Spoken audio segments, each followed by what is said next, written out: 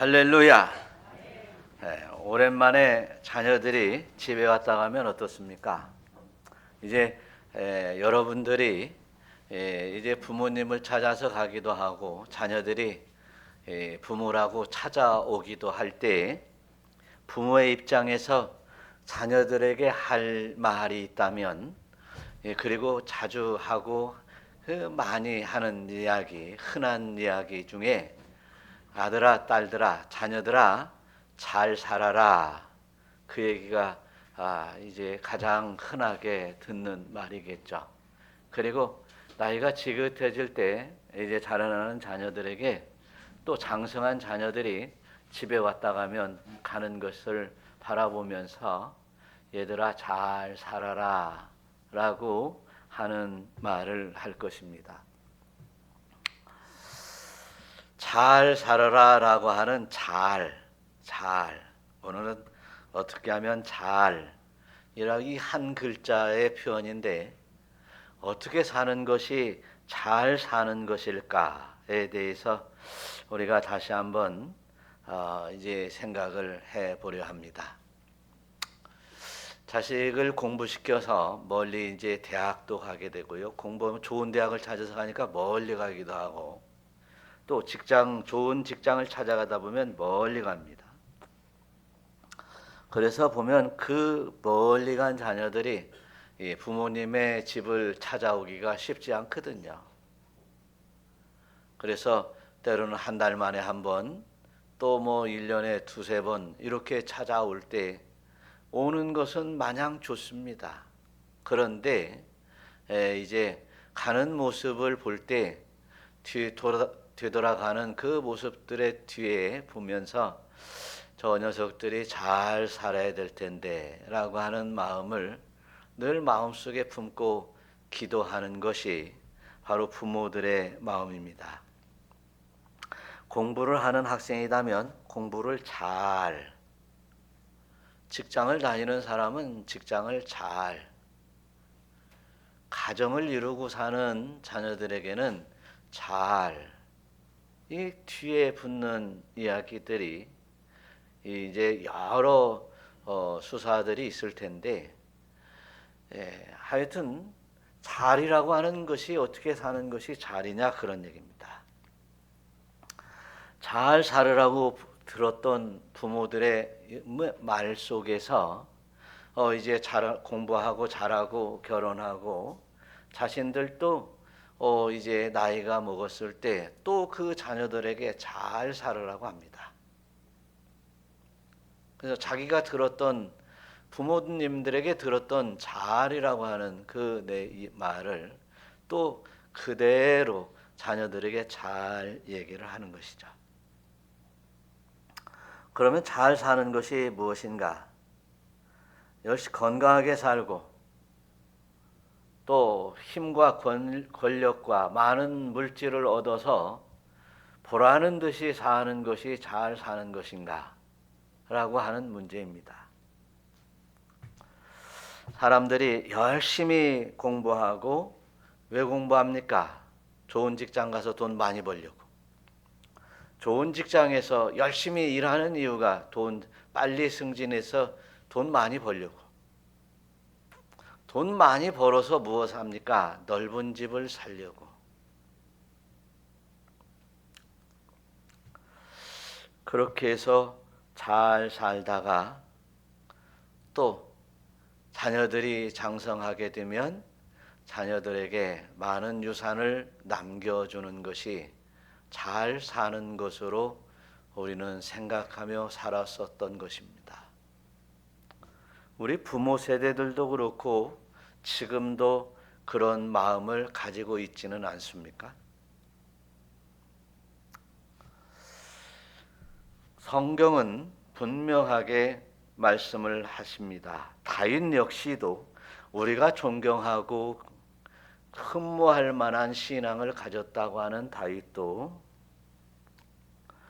소망이 없는 불신자들의 인생에 대해서 명확히 설명하고 있습니다. 자신도 그렇게 살았다고 하는 것을 고백하기도 합니다. 시편 17편 14절에서 여호와여 이 세상에 살아있는 동안에 그의 분깃을 받은 사람들에게서 주의 손으로 나를 구하소서. 그들이 주의 제물로 배를 채우고 자녀로 만족하고 그들의 남은 산업을 그들의 어린 자녀들에게 물려주는 자니이다. 이것을 잘 한번 생각해 보세요. 이 세상에 열심히 살고 잘 살아서 결국은 이제 재물로 배를 채우고 만족하고 그 산업을 어린 자녀들에게 물려준다. 그런데 오늘 여기서 중요하게 한번 볼 내용 글씨는요. 그들은 주의 재물로 배를 채우고 주의 재물로 채우고 만족하고 주의 재물로 만족하고 주의 재물로 산업을 잘 일으켜서 주의 재물을 자녀들에게 물려주는, 다윗은 그렇게 생각했다는 것입니다. 그러면 한 인생이 사는 것이 다윗이나 그렇게 신앙이 좋았다고 하는 다윗이나 우리들이 가지고 있는 생각이나 별반 차이가 없다는 것을 알 수 있습니다. 다윗이든 아니면 저와 여러분은 모두 인간이기 때문에 그렇습니다. 그것이 인간의 본능이기 때문입니다. 그런데 성경은 잘 사는 것이 물질에 있지 않다고 그랬습니다. 성경은 잘 사는 것이 넓은 집에 있는 것이 아니고 잘 사는 것이 넓은 땅을 소유하는 것이 아니며 잘 사는 것이 다윗처럼 왕의 권력을 갖는 것이 아니라고 말씀하고 있습니다. 그래서 시편 17절 다윗의 얘기를 더 보면 나는 의로운 중에 주의 얼굴을 배우리니 깰 때에 주의 형상으로 만족하느이다. 다윗은 이렇게 살았지만 이제 우리가 주의 형상을 내가 바라보면서 만족하며 이제 산다고 고백하는 것이에요. 여기서 우리는 잘 사는 방법을 찾아야 됩니다. 의로운 중에 주를 볼 줄 배우는 사람이 되어야 돼요. 거룩한 성도로서 주님 앞에 나갈 수 있는 사람이 잘 사는 것입니다. 그리고 주의 형상, 주님을 믿고 주님 한 분만으로 만족하며 사는 인생이 이제 다윗이었고, 그리고 다윗은 그렇게 잘 살았다고 하는 것을 다시 한번 마음속에 새겼으면 좋겠습니다. 성경 속의 위대한 인물들, 족장들, 이런 사람들을 보면 아브라함도 이삭도 야곱도 요셉도 모세도 이 사람들을 보면 어떻게 하면 잘 살을까 궁리했던 사람이고, 때로는 죄 가운데 있을지라도 잘 살기 위해서 하나님 앞에 나와서 회개하고 그리고 이제 잘 살 수 있도록 다시 마음을 고쳐잡고, 그리고 어떻게 하면 자녀들도 잘 살 수 있을까 해서 신앙의 유산을 남겨주었습니다. 신앙의 유산 말이에요. 그 내용들은 일맥상통하게 흐르는 얘기는 뭐냐면 여호와 하나님을 경외하라. 하나님의 말씀 율례와 법도를 잘 지켜라. 그리고 이제 하나님 앞에 이제 기꺼이 열조가 나간 것처럼 나아갈 수 있어라라고 하는 이런 말씀들을 이제 유산으로 남겼습니다. 그래서 인간이라 하면 마지막 순간에 정말 거짓이 없는 진실한 말을 할 수 있는 그 순간에 다다랐을 때 비로소 이렇게 자녀에게 유언이라고 하는 유언장을 남기지 말고 평소에 자녀들이 잘 양육되고 신앙생활을 잘 할 수 있도록 신앙의 유산을 평소에 남기며 가르치는 우리 모두가 되었으면 좋겠습니다. 그런데 중요한 것은 내가 그렇게 살지 못하면 아무리 유언장에 남기고 아무리 이제 여러 번 날마다 이제 자녀들에게 전할지라도 그냥 귀찮아하고 잔소리처럼 들리는 꽹과리 소리처럼 흘러가고 만다는 사실이에요. 여러분, 저와 여러분들이 우리가 어떻게 살아야 그리고 어떻게 살기를 바라는 이러한 이제 정말 잘 사는 여러분 되시기를 축원합니다. 그리고 잘 살 수 있도록 자녀들에게 건면하고 또 복을 신앙의 유산을 남겨주는 여러분들 되시기를 축원합니다. 오늘 말씀에서 보면 다윗이 죽을 날이 임박해서 그 아들 솔로몬에게 명령했다라고 말씀을 하십니다.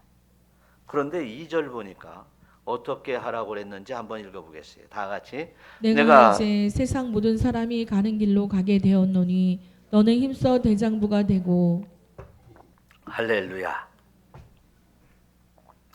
다윗은 먼저 힘써 이제 대장부가 되라고 하면서 나는 뭐 어쩐다고요? 내가 이제 세상의 모든 사람들이 가는 길로 가게 되었니?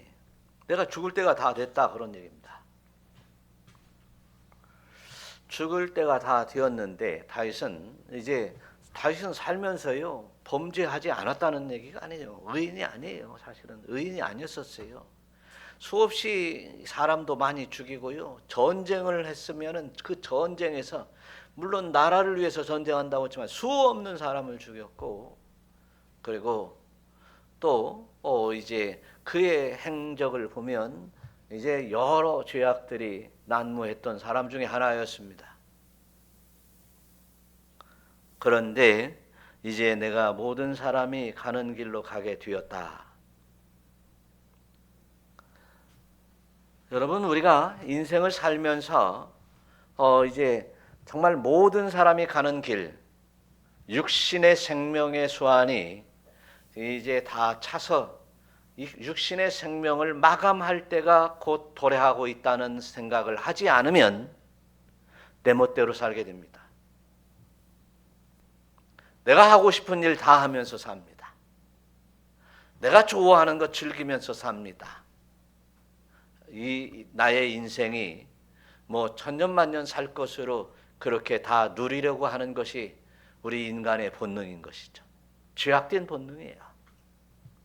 그러나 내가 내 인생의 종착역이 다다르고 있음을 깨닫는 자들은 정신 차리지 않을 수 없습니다. 왜 그러냐면 다시는 돌아오지 않는 곳으로 가기 때문에 그렇습니다. 그런데 다시 돌아오지 않는 그곳이 어디냐, 그런 얘기입니다. 그래서 우리가 정말 이제 자신이 육신적인 죽음에 이르렀을 때 심판에 이르러서 영원한 불못으로 갈 것인지 아니면 영생을 얻어 이제 영광된 하나님의 나라에 나갈 것인가는 이 생에서 결정이 되기 때문에 그렇습니다. 그래서 이 생을 잘 살아야 되는 분명한 이유인 것이죠. 그렇기 때문에 우리가 어떻게 살아야 되는가에 대해서 심각하게 고민하는 사람들이 참 많습니다. 세상에 이제 유명한 철학자들이 나의 인생의 삶에 대해서 많은 고민을 하다가 죽었습니다. 그러나 그들은 답을 찾지 못했어요. 그러나 어떻게 살아야 될 것인가에 대해서는 우리가 성경에서 우리에게 명확하게 가르쳐 주고 있습니다. 살아서 내가 이렇게 어떻게 살으라고 하나님이 말씀하셨어요. 또 거룩한 성도의 모습으로 사는 방법이 어떻게 사는 것인가를 가르쳐 주시고 있습니다. 그리고 또한 성경에서 내 육신의 수완이 차고 난 이후의 세계에서도 정확히 말씀하고 있습니다. 그러기에 우리는 이제 이 사후의 세계까지도 염두하며 살아가야 될 인생이 되어야 잘 살 수 있다는, 잘 사는 결과를 얻게 되는 것이죠. 여러분, 저와 여러분들이 진실로 이제 내 삶에서 어떤 결과를 얻을 것인가, 내 인생의 열매가 어떨 것인가를 바라보면서 산다면 우리가 그릇된 길로 가지 아니하고 바른 길 갈 수 있을 줄로 믿습니다. 그래서 이렇게 이제 우리가 인생이 짧기 때문에 대장부로 살아라, 그런 얘기를 합니다. 대장부로 사는데 너는 어때요? 힘써 대장부로 살아라. 그러면 대장부라는 말이요, 선하고 위대하고 힘이 센 사람이라는 말인데, 그것은 이제 세상에 이제 언어적인 해석이죠.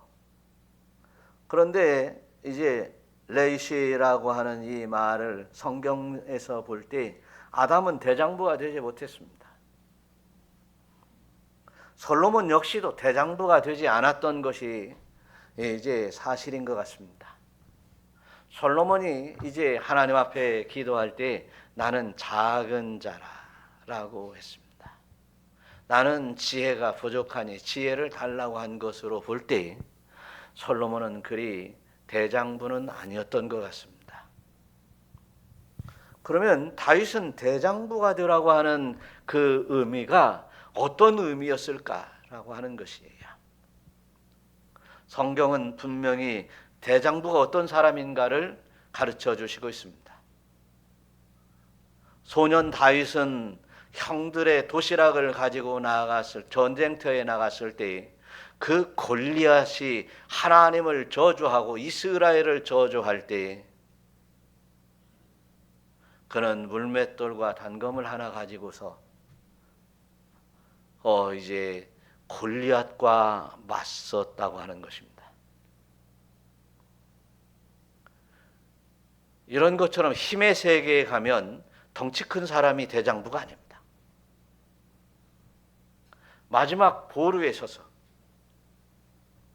자기 목을 내어놓는 사람들이 대장부가 되는 것입니다. 하물며 우리가 예수 그리스도를 믿음으로 말미암아 하나님의 나라를 향해 나아가는 우리 성도들이 나의 육신의 생명이라, 또 하나는 나의 물질이라, 나의 건강 하나 정도, 나의 시간 정도까지도 내어놓을 줄 모른다면 우리는 대장부의 인생이라 할 수 없을 것입니다. 성경은 대장부에 관해서 많이 말씀을 하고 있습니다. 나오미라고 하는 여인, 기꺼이 며느리 룻을 이제 친정으로 보내려고 했던 이 나오미, 그리고 기꺼이 이방인임에도 불구하고 어머니가 섬기는 이제 신을, 여호와 하나님의 신을 섬기려고 했던 이 룻의 여인들, 본토 친척의 이제 부모들을 떠나서라도 여호와 하나님, 어머니가 섬기는 신을 섬기려 했던 이 룻의 여인이 진정 대장부가 할 수 있는 것이죠.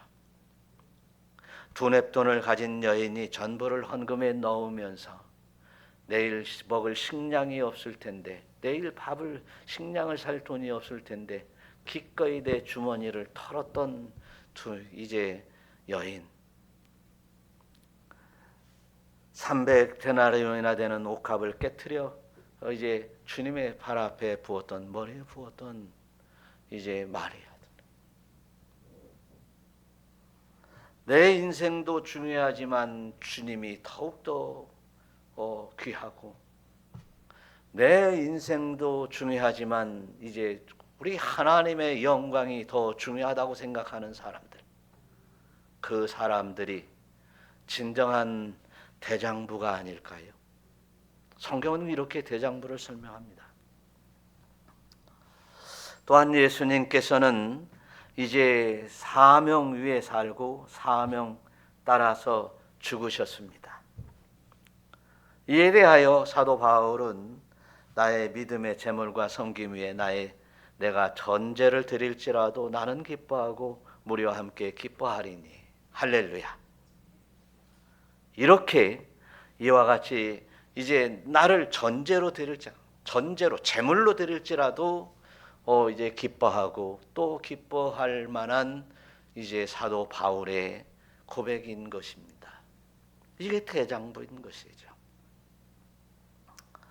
또한 예수님께서는 마태복음 6장 29절의 말씀처럼 내가 무엇을 먹을까, 무엇을 마실까, 무엇을 입을까 염려하지 말라라고 말씀하고 있습니다. 사랑하는 성도 여러분, 저와 여러분들이 이렇게 무엇을 마실까, 무엇을 먹을까 염려하지 말라. 내일을 염려하는 사람은 대장부가 될 수 없습니다. 잠시 후에 어떤 일이 나에게 닥칠 것을 염려하는 사람은 한 치의 앞도 한 발도 내디딜 수 없습니다. 사랑하는 성도 여러분, 저와 여러분들이 이렇게 한 번밖에 없는 우리의 인생을 대장부의 인생을 산다면, 아니 하나님 앞에 우리 주님 앞에 대장부의 인생을 산다면 우리의 인생은 이제 값지다고 할 수 있을 것이며 하나님께서도 우리의 심령을 기뻐 받으실 줄로 믿으시기를 축원합니다. 두 번째로 이제 보면 여호와의 명령을 지켜 그 길로 행하라라고 말씀하고 있어요. 3절 한번 읽어봐요. 시작. 내 하나님 여호와의 명령을 지켜 그 길로 행하여 그 법률과 계명과 율례와 증거를 모세의 율법에 기록된 대로 지키라. 그리하면 내가 무엇을 하든지 어디로 가든지 형통할지라. 네, 내 하나님 여호와의 명령을 지켜 그 길로 행하라라고 했어요. 출애굽기서 20장 6절에서 보면 나를 사랑하고 여호와를 사랑하고 내 여호와의 계명을 지키는 자는 천대까지 은혜를 베푸시느니라. 여러분, 저와 여러분들이 이렇게 하나님의 은혜에 따라서 하나님의 말씀을 지켜 사는 것이 옳은 행실인 줄 믿으시길 바랍니다. 우리 인생에서 잘 사는 것이에요. 하나님의 길, 명령하신 그 길이 무엇입니까? 바로 우리에게 이제 결국은 영생을 주시는 하나님의 은총의 길입니다. 할렐루야. 그래서 영생을 주는 하나님의 말씀의 전체적인 이 성경의 내용을 보니까 하나님께서 창조하셨어요. 바로 저와 여러분을 지으셨습니다. 뿐만 아니라 하나님이 인도하시며 하나님의 섭리에 따라서 하나님을 경외하는 이제 사람들에게 모든 은택을 내려주시는 하나님의 복도 우리에게 넘쳐나게 되어 있습니다. 뿐만 아니라 우리 인간의 죄악, 모든 죄악을 짊어지고 십자가에 대속하신 예수 그리스도의 은총에 따라서 우리도 범죄할 수 있지만 범죄하지 않을 수 없지만 이제 그 모든 죄악을 고백하고 하나님의 앞에 회개할 때 죄를 사해 주시고 그리고 주님의 나라로 하나님의 나라로 우리를 인도하시는 것입니다. 뿐만 아니라 하나님께서 이제 우리에게 성령까지 부어주시어서 하나님의 영을 부어주시어서 시시때때로 말씀이 생각나게 하시고 그 말씀으로 인도하여 주시어 천국으로 나아가는 그 길에 이상 없이 이끌어 가시는 성령님의 역사를 기록하고 있는 하나님의 말씀을 그대로 지켜 행하라고 하는 것이에요. 사랑하는 성도 여러분, 우리의 신앙생활은 무엇입니까? 어마어마한 대단한 일을 하는 것이 아니라 하나님의 말씀을 지키는 것입니다. 또한 하나님의 말씀대로 그 길을 따라 나아가서 이제 영생의 길로 나아가는 것이에요. 그러는 사람들에게 네가 어디로 가든지 무엇을 하든지 형통하게 하신다고 하는 말씀도 또한 우리에게 하시고 있는 것이에요. 이렇게 하나님의 말씀대로 살지 아니하고 문제가 생기고 엉망진창의 인생이 되어서 엉엉 울어봤자 그것은 결코 나의 인생에 도움이 되지 않을 뿐더러 이 잘 사는 것과 거리가 멀다는 사실을 다시 한번 깨달으시기를 축원합니다. 그래서 진실하게 살으라는 것이에요. 하나님의 일에 관해서 하나님께서 우리에게 가르쳐주신 말씀에 따라서 진실하게 살으라고 하는데 그 앞에 뭐라고 써 있어요? 마음을 다하고 성품을 다하여 이제 내 앞에서 진실이 내 앞에서 행하라는 것이에요. 우리는 신앙생활하면서 진실되지 못한 일들이 참 많아요. 허울에 쌓여서 이제 진심을 속이는 일들이 참 많습니다. 하나님의 말씀은 이렇게 하라고 하지만 또한 나는 내 심령은 늘 내 멋대로 하며 살아가는 사람들이 우리 많은 사람들이 있어요. 그러나 우리의 신앙은 진실해야 됩니다. 믿음도 진실, 주님 앞에 말씀에 순종하는 것도 진실, 그리고 이제 순종하여 행함으로 하나님 앞에 영광을 돌리는 일까지도 진실이 살아야 됩니다.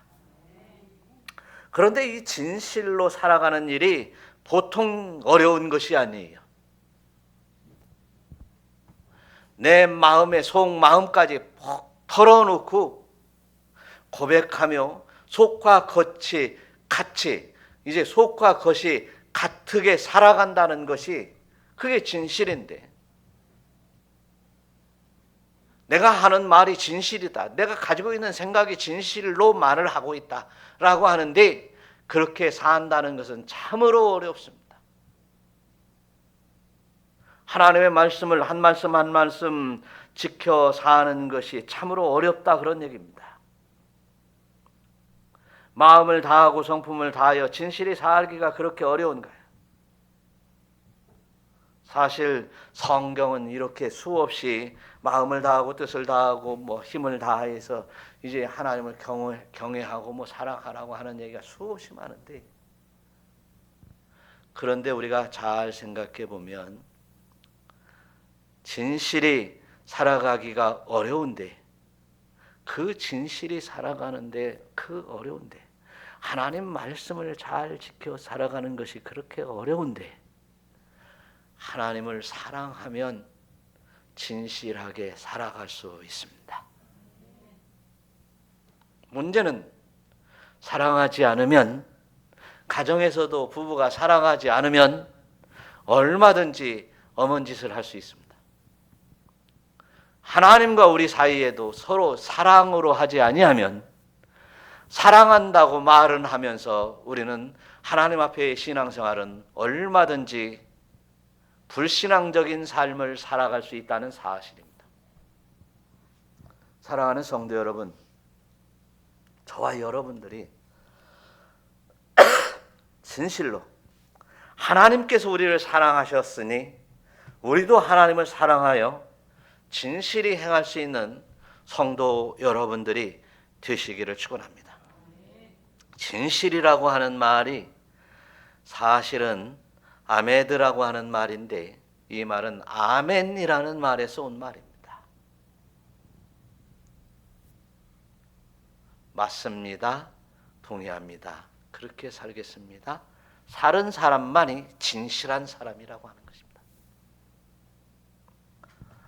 그래서 유대인들은 구약 성경에도 보니까 너 이 말씀을 마음에도 새겨라, 이마에도 붙여라, 미간에도 붙여 표를 삼아라, 문설주에도 붙여라 라고 합니다. 수많은 말씀을 벽에 붙인다 할지라도 수없는 말씀을 우리 귀에 들릴지라도 말씀이 들릴지라도 성경을 1년에 수십 번씩 통독한다 할지라도 그 말씀 앞에 내가 진실로 다가가지 않으면 아무 소용이 없다는 사실이에요. 그런데 어떻게? 사랑하면 진실로 행하고, 사랑하면 속과 겉이 같아 순종할 수 있다고 하는 것입니다. 사랑하는 성도 여러분, 저와 여러분들이 이렇게 이제 진실함으로, 하나님을 사랑함으로, 또 이렇게 하나님의 말씀 앞에 바로 서는, 순종하는 여러분들이 되시기를 우리 주 예수 그리스도의 이름으로 축원합니다. 계시록에 보면 라오디아 교회가 나옵니다. 라오디게아 교회는요, 이 성도들이요, 차지도 아니하고 뜨겁지도 아니하고 한다고 합니다. 주의 사자가 이제 요한의 편지를 통해서 이제 말씀하시는 말씀을 보면, 너희들은 왜 차지도 아니하고 뜨겁지도 아니하냐? 왜 이렇게 미지근하느냐라고 얘기합니다.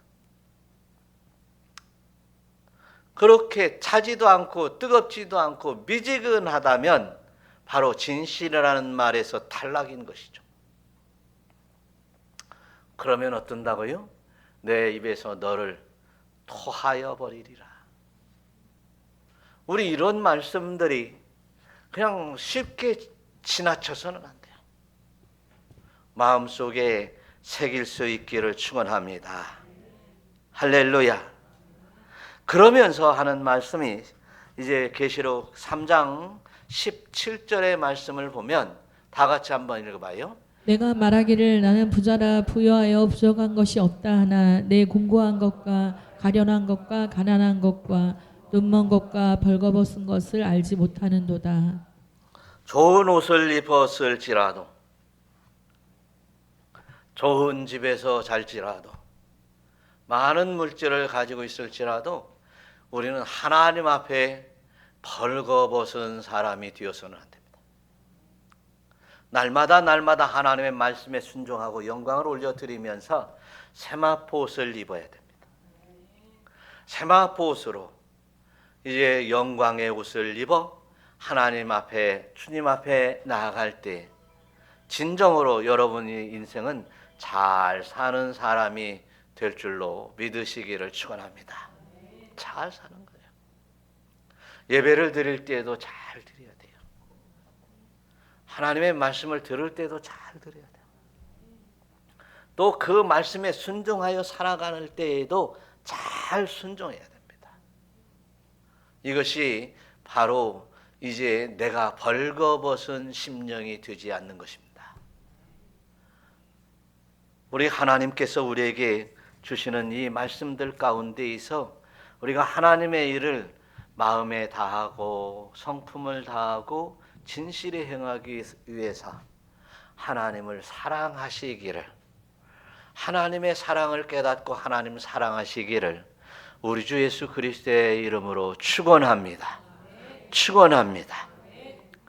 그 다음에 이제 다윗은 아들 솔로몬에게 5절의 말씀을 하세요. 다 같이. 수리아의 아들 요압이 내게 행한 일 곧 이스라엘 군대의 두 사령관 넬의 아들 아브넬과 예델의 아들 아마사에게 행한 일을 내가 알거니와 그가 그들을 죽여 태평 시대에 전쟁에 피를 흘리고 전쟁의 피를 자기의 허리에 띤 띠와 발에 신은 신에 묻혔으니 그리고 6절 내 지혜대로 행하여 그의 백발이 평안히 소울에 내려가지 못하게 하라. 스루아의 요압, 그는 충성했습니다. 다윗에게 충성된 최고의 그 장수였고 최고의 신하, 가장 1등 신하였습니다. 그런데 이 요압은 질투심이 많았고 권세욕이 많았던 사람이었습니다. 그 요압은 그리고 이제 모든 권세를 가지고 있을 때에는 이제 다윗 앞에 불순종했습니다. 다윗의 뜻을 헤아리지 못했습니다. 다윗에게 불순종하고 다윗에게 뜻을 헤아리지 못한 최고의 권력을 가지고 있는 이러한 요압은 그냥 없애버리라는 것입니다. 악을 제거하라는 것이었습니다. 여러분, 힘이 없어서 이제 순종하는 것보다 힘이 있어서 순종하는 것이 좋습니다. 아름답습니다.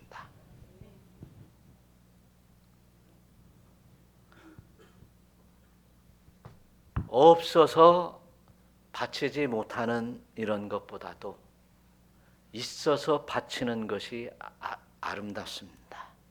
그러나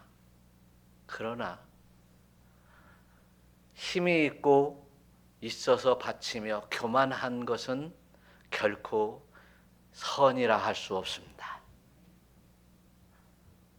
우리는 겸손해야 됩니다.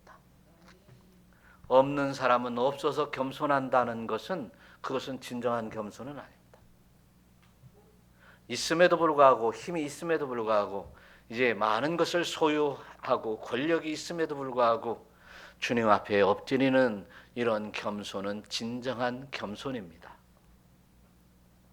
요압은 이제 이렇게 힘과 권세와 이제 또한 질투심 속에서 살았기 때문에 그가 훗날 어떤 일을 벌릴지 모르니 악을 제거하라고 그랬습니다. 사랑하는 성도 여러분, 저와 여러분들에게도 이제 참 신앙생활 잘 하다가 뭔가 가졌을 때, 뭔가 힘이 생겼을 때 교회 안에서 큰 소리 치거나 뻐기는 이런 불겸손한, 겸손하지 않는 모습들은 우리에게 진정한 악이 되는 것이에요. 내 신앙생활에 악이 되는 것입니다. 세상에서도 악이 될 뿐만 아니라 신앙생활 안에서도 악이 돼요. 그래서 많은 것을 알고 났을 때 오히려 겸손하고 성경을 한 말씀 한 말씀 들을 때마다 더욱더 겸손히 엎드리고 많은 것을 순종한다고 생각할 때 더욱더 엎드리는 이런 사도 바울처럼 내가 전제를 드릴지라도 내가 한 일이 별로 많은 것을 하지 못했다. 또 때로는 많이 했다 할지라도 그것이 별것이 아니었다라고 하는, 오히려 할 일 했다고 하는 이러한 겸손들 참으로 중요합니다. 그래서 우리는 이제 하나님의 은혜 가운데 이렇게 교만하여 스올에 던져지는 모양들이 훗날 결과들이 있어서는 안 될 줄로 믿습니다. 그래서 사도 바울은 데살로니가전서 5장 22절의 말씀처럼 악은 어떤 모양이라도 버려라. 악은 어떤 모양으로라도 버려라. 왜? 예수님이 딱 강림하실 때 이제 흠 없게 보존되기를 원해서 악은 어떤 모양이라도 버려라. 할렐루야. 사람들이 악이라 하는 거 버리라. 성경에서 말씀에 위배되는 그런 악들 버려라는 거죠. 우리는 버릴 것을 버릴 줄 아는 사람이 현명한 사람입니다. 우리의 인생 가운데 악을 버려야 됩니다. 탐심과 욕심과 그리고 이제 악한 마음들 다 버리고 이제 비록 남들이 보기에 초라할지라도 하나님 앞에 겸손한 모습으로 설 수 있는 우리 모두가 될 수 있기를 축원합니다. 그 다음에 이제 마지막으로 7절을 읽어보면 이제 귀한 말씀을 하십니다. 마땅히 길랏 바르셀레의 아들들에게 은총을 베풀어 그들이 내 상에서 먹는 자 중에 참여하게 하라. 내가 내 형 압살롬의 낯을 피하여 도망할 때에 그들이 내게 나왔느니라. 바르셀레의 아들들에게 은총을 베풀어라 라겠어요. 앞에 처음에 얘기한 것처럼 참 대장부, 은총을 베풀 줄 아는 사람이 대장부인 겁니다. 받은 은혜를 갚을 줄 아는 것이 대장부입니다. 네. 그래서 바르실레가 이제 다윗이 도망할 때 도왔던 사람이고요. 먹을 걸 대접했던 사람이고요. 배를 띄워 요단강을 건너가게 했던 사람입니다. 돌아올 때 바르실레가 왕궁에 가서 나와 함께 있기를 원했지만 바르실레는 이제 노인, 이제 나이가 먹어서 이제 내가 오히려 폐가 끼칠까 두려워서 사양했던 사람이었습니다. 아주 오래된 얘기입니다.